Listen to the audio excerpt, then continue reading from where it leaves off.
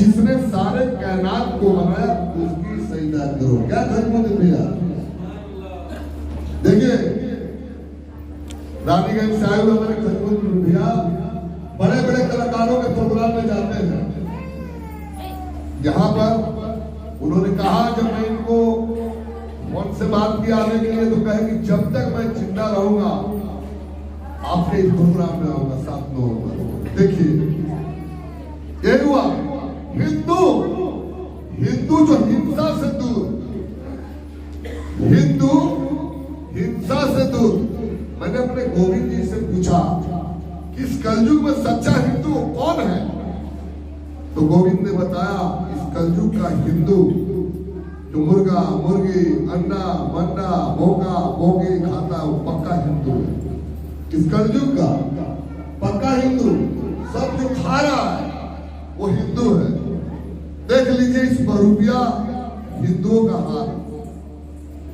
एक माँ का बेटा को कोई अगर काट दे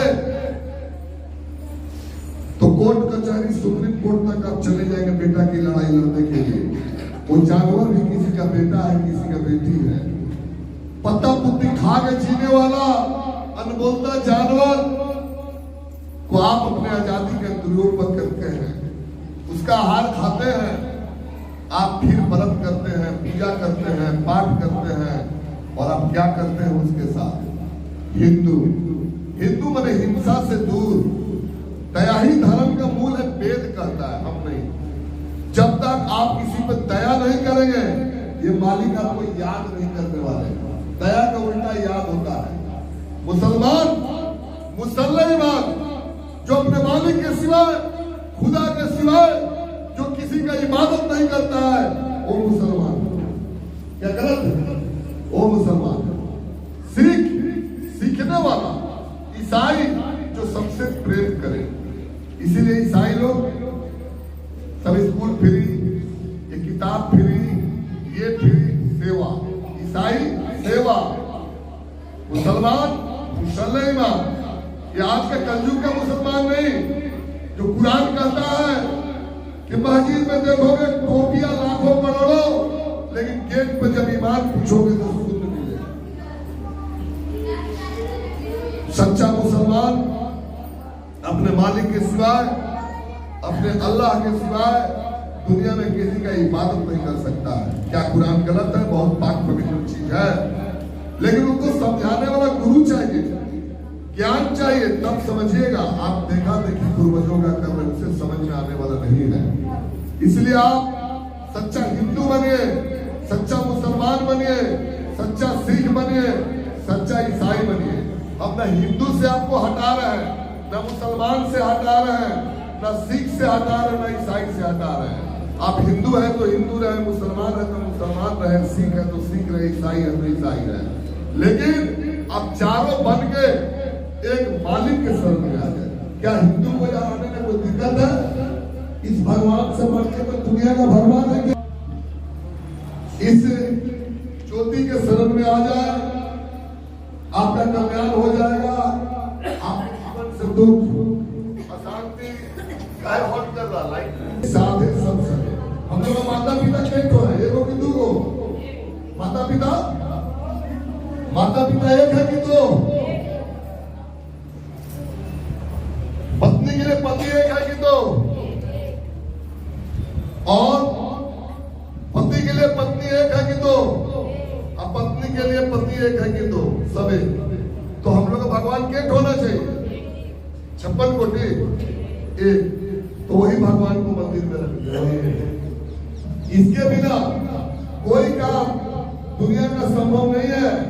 इसीलिए इस कलयुग में एक कलंकी अवतार हुआ है इस ज्योत के रूप में।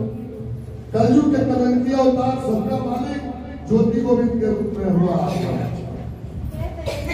इसलिए रामचंद्र महाराज कहता है कली धर्म कर्म नहीं पूजा, कलयुग केवल नाम आधार, सुमन सुमन होइए पारा, सबका मालिक के रूप में। इस ज्योत से ज्योति गोविंद तक मैं पहुंचा हूं। ये मामूली ज्योत नहीं है, ये दिया नहीं है, सिर्फ दिया। दिया का मतलब क्या होता है? देने वाला। दिया से दिया, ज्योत से ज्योति देवकी गोविंद तक मैं आपके बीच पहुंचा हूं। उस महाभारत की लड़ाई से लेकर जो महाभारत की लड़ाई में कृष्ण जी और वही अर्जुन मनोज बन के आया है जो अपना रथ इनके हवाले छोड़ दिया। इनके हवाले हमारा रथ है। हमको नारायणी सेना नहीं चाहिए, हमको बॉडीगार्ड नहीं चाहिए। बहादुर को बॉडीगार्ड की जरूरत नहीं होती, कायर को बॉडीगार्ड की जरूरत होती है। इसलिए अपना रथ मैं इनके हवाले छोड़ दिया। वही विष्णु जी, राम जी, अजय कृष्ण जी, अब कोई आने वाला नहीं है कलयुग में। कोई बुला के दिखा दे, कोई बुला के दिखा दे विष्णु जी को सतयुग में, कोई बुला के दिखा दे अब आपको इस त्रेता में राम जी को, और कोई बुला के दिखा दे द्वापर में कृष्ण जी को। कोई आने वाला नहीं है। आप लोग देख रहे हैं कि कोई आने वाला नहीं है, तो कोई जब नहीं आएगा तो मालिक आएंगे कि नहीं। इसीलिए मेरे माध्यम से इनका परिचय हुआ है इस ज्योति का कि यही भगवान, वही नहीं भगवान है, यही भगवान जिनके बिना आपका छठ पूजा नहीं होता है, कोसी नहीं भराता है, सूर्य को अर्घ नहीं दियाता है, द्वार पूजा नहीं होता है, गणेश पूजा नहीं होता है। 1 करोड़ का मंदिर बना दीजिए और दिया मत जलाइए, पूजा होगा? क्यों नहीं होगा? क्यों नहीं होगा? लेकिन सबके बिना हमारा सब पूजा यहाँ पे हो जाता है, क्योंकि हम उसी को मंदिर में बैठा दिए जिसके बिना कोई काम नहीं। इसीलिए इस ज्योति के अंदर ओम, मुस्लिम, ईसाई, सिख चारों बना दिए। बिना ज्योति जलाए न हिंदू का काम, न मुस्लिम का काम, न ईसाई का काम, न सिख का काम। वही चीज इतना आसानी से नहीं मिला है। आप लोग सोच रहे हैं कि भंडारा का होगा, जल्दी हो जाता है जब हम लोग चल जाते हैं। नहीं बच्चों, देखिए एक दिन में ये हाल होता है लोगों का। नहीं, आजकल अन्न में चला गया प्राण। जहां जाइए बारात में चाहे भोज में, कुर्सी पर लोग बैठ के खा रहे हैं और लोग पीछे खड़ा है कि जल्दी से उठी तो हम बैठे। एक जगह हम खाने गए थे गोदरा में भोज, अपने हमारे गांव का ही भोज था। अभी पूरी और सब्जी खा रहे थे, तब तक पीछे से एक आदमी, 1-2 दिन नहीं 18 बरस पूरा किरण डूबने के पहले अन्न और जल प्यार। कितनो गर्मी हो, जाड़ा हो, बरसात हो, कितनो भाई भतीजे के यहाँ शादी ब्याह हो, बहने के यहाँ शादी हो, मामा फूफा के यहाँ शादी हो, लेकिन सूर्यास्त के बाद अन्न जल का प्यार 18 बरस समझ लीजिए। इसके बाद 10 साल किसी रिश्ते नाते के यहाँ भोजन नहीं, ना पानी का अन्न दो, स्थान दो, ये सब लगता है।